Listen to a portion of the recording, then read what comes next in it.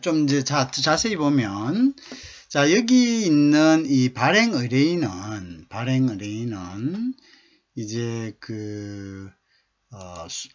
누구라 했죠? 이 발행 의뢰인이 이제 결국은 신용장을 갖다가 의뢰를 합니다. 그럼 의뢰하면 신용장이 개설이 되겠죠. 그죠? 자, 개설이 돼서 그 다음에 이제 이걸 갖다가 이 수출자한테 통지를 해야 됩니다. 그죠? 그러면 이제 예를 들어서 여기는 국경간이니까 자, 발행은행은 발행 의뢰인이 있는 그 곳에 있는 경우가 일반적이겠죠. 물론 이게 꼭 뭐 발행 의뢰인이 있는 곳이 아니라도 가능합니다만은 여러 가지 나중에 보통 이제 거래의 어떤 관계나 이런 것들을 봤을 때 발행 의뢰인이 쉽게 이제 접근할 수 있는 그런 위치에 있겠죠. 그죠? 자, 그래서 이제 발행은행에서 발행을 하면 발행은행은 이 신용장이 발행되었다는 사실을 매도인, 즉 수출업자에게 알려야 되잖아요. 그럼 알리기 위해서는 이 발행은행이 직접 알리지 않고 중간에 통지은행이라는 것을 우리가 하나 거쳐서 바로 이제 이 수출자인 매도인, 즉 베니피셔리에게 통지가 됩니다. 자, 이 매도인은 수출자인데요.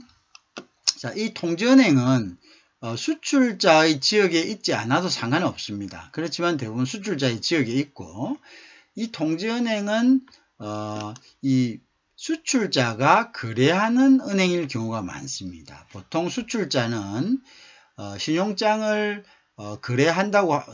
한다고 하면은, 신용장 거래를 하자고 수입자가 얘기를 하면은 보통은 이제 주소를 주게 되죠. 그죠? 주소나 아니면 수출자의 뭐 통장번호 뭐 이런 것들을 갖다가 제공을 합니다. 자, 그러면 이제 왜냐하면 이제 이 사람에게 통지해야 될 그런 이제 은행이 필요한 거죠. 자, 그때 보통 보면은 우리가 거래한 은행이 어디다라고 이야기를 해줍니다. 수입자한테.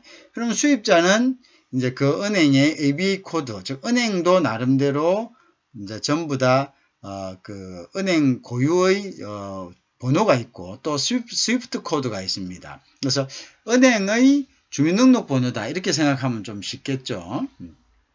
그래서 이제 그 번호를 이제 가지고 있기 때문에 이제 그 번호대로 예를 들어서 이 통지를 해주는 거죠. 그러면 이제 통지은행은 보통 보면 이 매도인에 대해서 잘 알면 통지가 더 빨라지겠죠. 그죠? 그래서 매도인이 거래하는 은행에 통지은행이 되는 경우가 많습니다. 그러면 이제 그리고 이 통지은행이 결국은 매도인이 이 바이어가 요구하는 서류를 모두 갖추어서 서류 매입을 요구하는, 그리고 돈을 달라고 요구하는 그러한 매입은행, 즉 내고은행이 또 동시에 될 수도 있습니다. 그거는 이제 꼭 그렇다는 법은 아니지만 많은 경우에 그렇게 이제 중복적으로 되는 경우가 있다 이렇게 보면 되겠죠. 자, 그래서 통지은행을 통해서 이제 이 발행은행은 통지은행을 통해서 매도인에게 신용장이 이 바이어에 의해서 신용장이 신청되고 개설되었다는 것을 통지를 해줍니다. 그죠? 그러면 이제 이 통지은행은 결국은 그 부분에 대해서 이제 통지를 하게 되겠죠. 그죠? 통지를 하게 됩니다. 그럼 매도인은 이제 신용장이 개설이 되었구나라는 것을 이제 알게 되는 거죠. 그죠? 자, 그 다음에 이제 매도인이 할 것은 무엇이냐면요. 아까 얘기했다시피 이 발행 의뢰인이 신용장 신청서에 기입한 필수 요건들을 이제 만족시키는 겁니다. 자, 필수 요건은 이제 보통 어떤 거냐면요. 우리가 이제 선적을 했다는 서류가 가장 중요하겠죠. 왜냐하면 이 발행 의뢰인인 바이어는 돈을 주는 대가로 물건이 확실하게 선적이 되었는지 되지 않았는지를 파악하는 부분들이 가장 관심사이기 때문에 매도인은 일단 선적을 하고 난 다음에 선사로부터, 즉 선사라는 것은 선적을 하는 회사를 이야기하죠. 즉 해상 운송을 하는 회사, 그죠?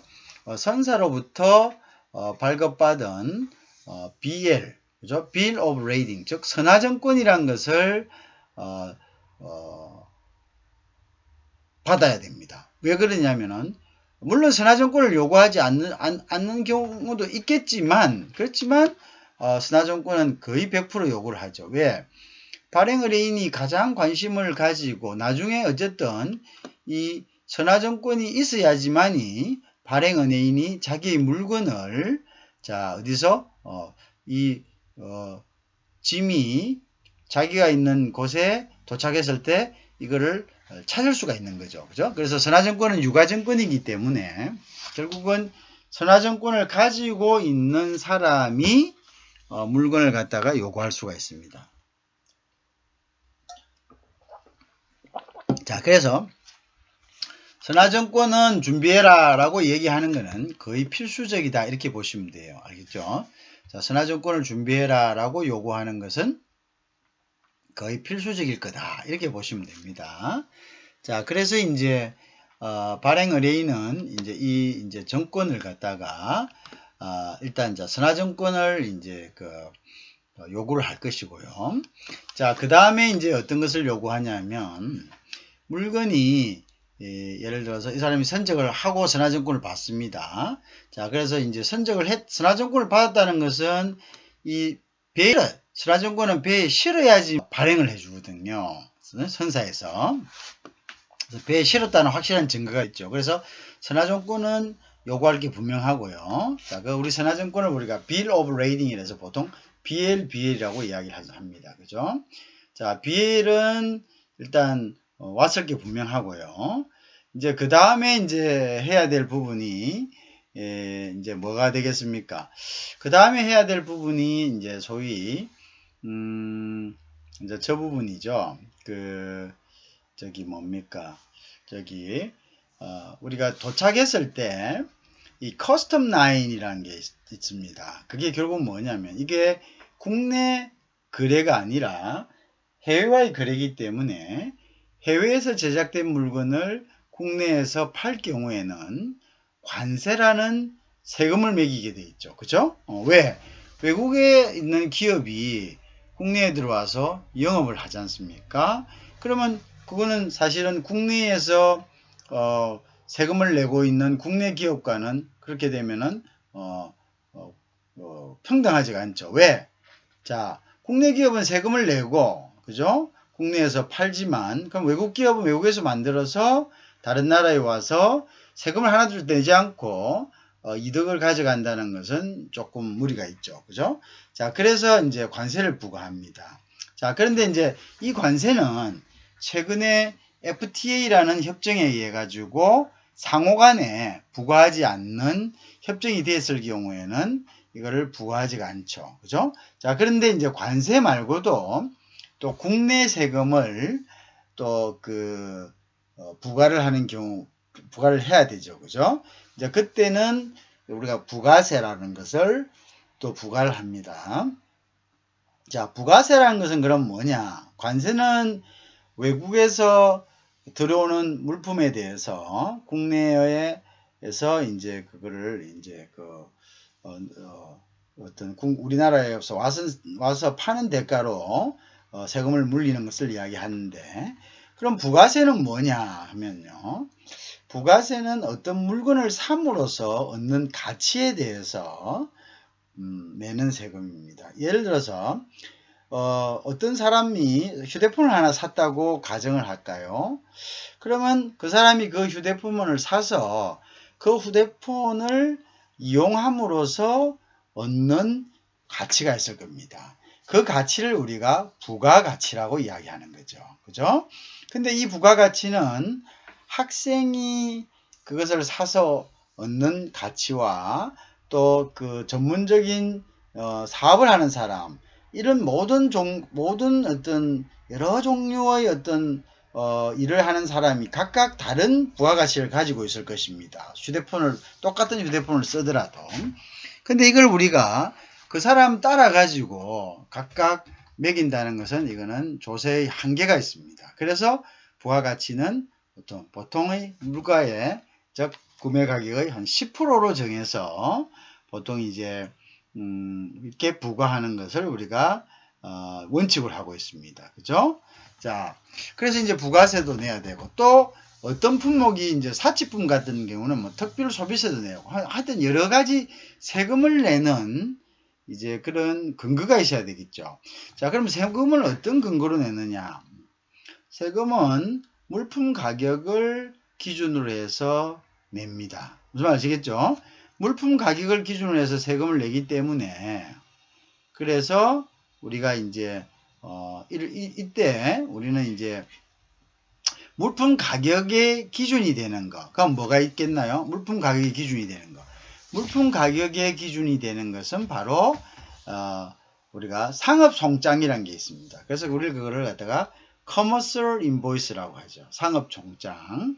그래서 이제 뒤에 가면 우리가 또 다시 정리를 하는데 우선 여기에서 그렇게 이제 들어두십니다. 그래서 상업송장이란 것은 뭐냐 하면 이 매도인이 자기의 제품의 견적서를 말하는 것입니다. 그래서 견적서는 보면 물건이 단가가 얼마고 총 가격이 얼마고 이러한 것들을 우리가 적어 놓은 것을 우리가 초기에 거래를 하기 전, 즉 매매 협정을 하기 전까지는 그걸 우리가 견적서를 하지만 이제 신용장에 와서는 우리가 그것을 상업송장, 즉 Commercial Invoice, 즉 CI라고 이렇게 약자로 해서 총칭하게 되어 있습니다. 그럼 CI에는 결국 그 물건의 물건값이 나와 있죠. 이 물건값에다가 또 뭐가 필요하냐면은 운송비라든지 제반 비용에 관한 내역서가 필요합니다. 그러면 이제 그러면 어떻게 운송비는 어디서 나오냐?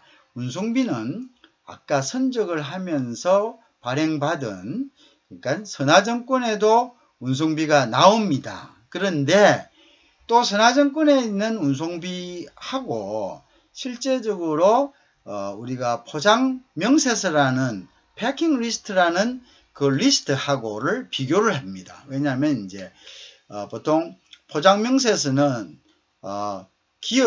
수출 기업이 물건을 보내면서 그것은 작성하는 거거든요.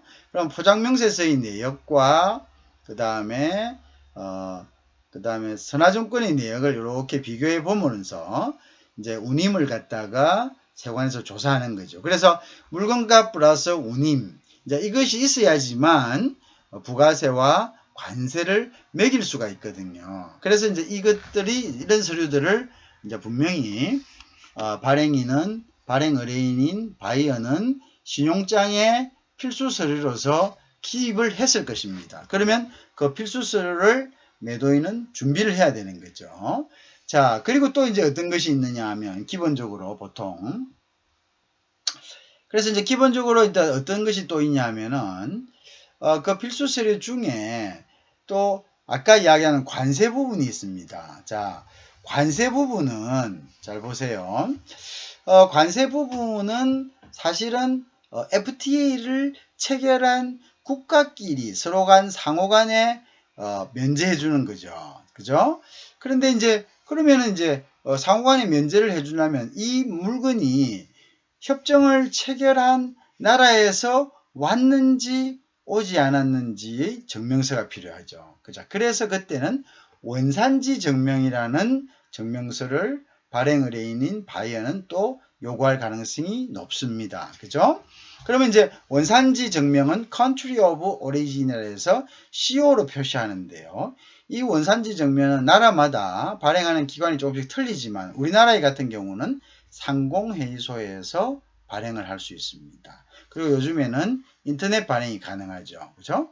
자, 상공회의소에서 이제 발행을 한 이제 요구할 수가 있겠죠. 그죠? 그래서 상공회의소는 어쨌든 간에 Country of Origin을 갖다가 그래서 발행 의뢰인인 바이어는 신용장에 이제 그 신청서에다가 자기가 필요한 필수 서류로서 requirement로서 기입을 할 가능성이 많습니다. 자, 그 밖에 또 식품이나 의약품 같은 경우에는 또 어떤 것이 있겠나요? 그러한 것들에 대한 성분조사표라든지 어떤 특정한 성분이 들어가서는 안 된다고 자기 국내법에 명시되어 있으면 그 성분이 들어가지 않았다는 것을 증명하는 이러한 서류들, 그죠? 그리고 뭐 여러 가지 부가적인 상품에 따라서 부가적인 이러한 서류들을 이제 발행 의뢰인인 수입자는 신용장 신청서에 기입할 가능성이 높죠. 자, 그것을 뭐 일일이 나열할 수는 없지만, 자, 그래서 매도인은 이러한 사항들을 갖다가 꼼꼼하게 체크를 해야 됩니다. 왜?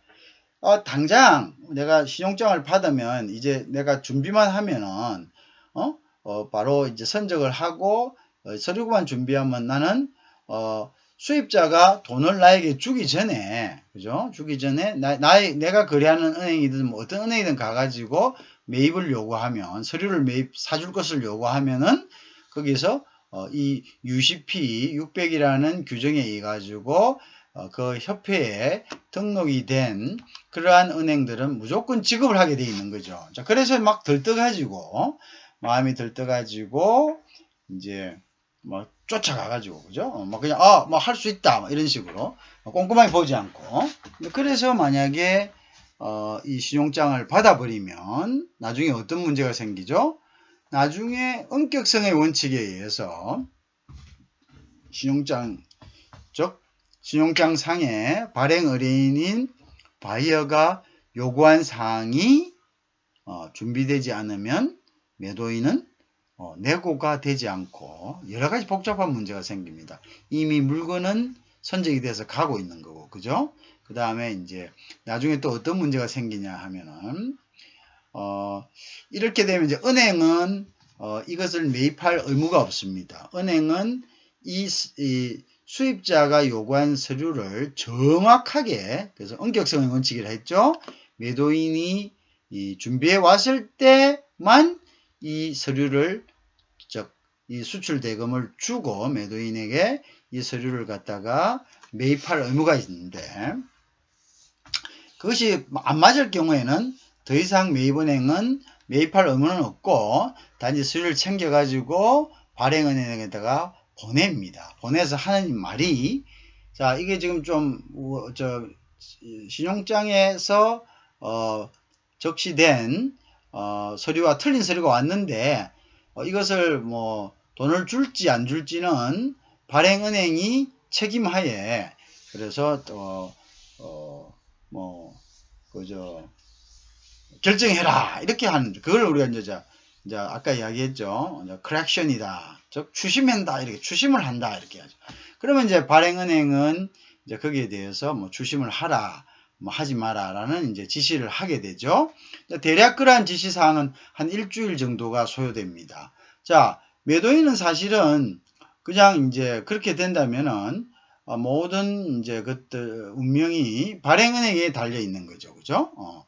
사실 이제 발행은행은 실질적으로 신용장은 은행 간의 거래이기 때문에 사실은 여기에 발행 의뢰인은 직접적인 권리를 갖지 않습니다. 그렇지만 실질적으로 나중에 돈은 발행은행과 발행 의뢰인인 바이어가 정산을 해야 되기 때문에 일단 발행은행은 발행 의뢰인을 불러서 여부를 물어봅니다. 그러면 이제 보통 발행 의뢰인이, 즉 바이어가 그 물건이 급하고 그 다음에 이제 준비된 그 서류가 통관하는데 크게 지장이 없을 경우에는 그냥 추심을 하라고 얘기할 수가 있겠죠. 그런데 이제 통관하는데 문제가 있다거나 아니면 발행 의뢰인도 신용장을 열었을 당시에는 자기 고객하고 좋은 관계가 있다. 즉 자기 고객이 뭐냐, 발행 의뢰인도 발행 의뢰인이 만약에 제조업을 한다고 생각해 봅시다. 그러면 이 사람이 신용장을 연 것은 자기들의 물건을 만들기 위해서 원재료를 구입하기 위했다면은, 자, 그런데 이제 그 신용장을 열 당시에는 또 다른 자기 고객이 있겠죠. 자기 고객에게 하고 계약이 정상적으로 유지되고 있었는데 나중에 이제 갑자기 이제 이 사정이 변해가지고 자기 고객이 이제 뭐 취소를 해버리겠다거나 이렇게 된 상황이 있어서 자기가 이제 뭐냐 신용장을 열었기 때문에 이거는 이제 쓸모도 없는 그런 부품을 갖다가 예를 든다면 가져와야 되는데 마침 매도인이 서류가 틀려가지고 이것을 매입할 의무가 없을 때 그럼 발행 의뢰인은 이게 아이고 잘 됐다 싶어서 자기도 매입을 거부해 버린다면은 매도인은 굉장히 난처한 상황에 처하게 되겠죠. 그죠? 자, 그리고 또 뭐 어떤 방법이 또 문제가 되나요? 또, 그 서류를 제대로, 뭡니까? 준비하지 못해서 발행 의뢰인인 바이어가 물건을 제때 구입하지 못하기 때문에 이제 서류가 안 되는 물건은 와도 통관이 안 될 수가 있겠죠. 그죠? 검사가 안 되거나. 자, 그렇기 때문에 손해배상을 청구당할 수도 있습니다. 그죠? 그렇기 때문에 우리 매도인, 즉, 베네피셔리, 왜 베네피셔리라 하느냐 하면은 신용장에서 직접적으로 가장 1차적으로 돈을 지급받는 사람은 이 수출업자가 이기 때문에 수출업자가 신용장에서 표면적으로는 가장 큰 혜택을 받습니다. 그래서 우리가 수출업자를 갖다가 베니피셔리라고 이렇게 명명을 하는 거죠. 그죠? 자, 그래서 이제 그러한 이제 상황이 된 거죠. 자, 그래서 우리가 이제 이러한 상황에서 이 신용장은 이제 조심성이 있어야 된다는 거요. 그래서 아주 받을 때 자기가 그 부분에 대해서 아주 면밀하게 보고 이 신용장을 매도인의 경우입니다. 수출업자는 내가 이 신용장이 와서 내가 필요한 서류만 준비하고 그 다음에 선적하고 나서 그 선적 확인증을 가지고 애니뱅크 즉 어떤 은행에 가서도 매입을 요청할 수 있는데 그러면 내가 국내에서 하는 것보다 바로 현금 지급을 받는 것인데 이런 좋은 점이 있음에도 불구하고 내가 만약 그 서류를 갖다가 준비할 능력이 안 된다면 그죠? 능력이 안 된다면 그러면은 오히려 내가 큰 피해를 보게 된다. 이제 그런 것들을 세심하게 생각하고 그 다음에 이제 신용장을 우리가 수락할 건지 안 할 건지를 갖다가 결정해야 됩니다. 만약에 내용 중에 자기가 감당할 수 없는 거라면 그것을 수정해 달라고 요청해야 되는데요. 그때 다시 우리가 처음에 계약을 할 때 카운트 오퍼가 있듯이 그죠? 어떤 오퍼가 오면 거기에 대해서 일부에 대해서 나 이거는 안 됩니다 라고 하는 오퍼를 우리가 카운트 오퍼라 했죠. 맞받아치는 오퍼. 그와 같이 신용장이 왔을 때 신용장의 내용을 수정해 달라고 하는 것을 우리가 그것을 amend LC라고 합니다. amend 수정하다는 뜻이죠. 그래서 amend LC를 요청을 해야 됩니다.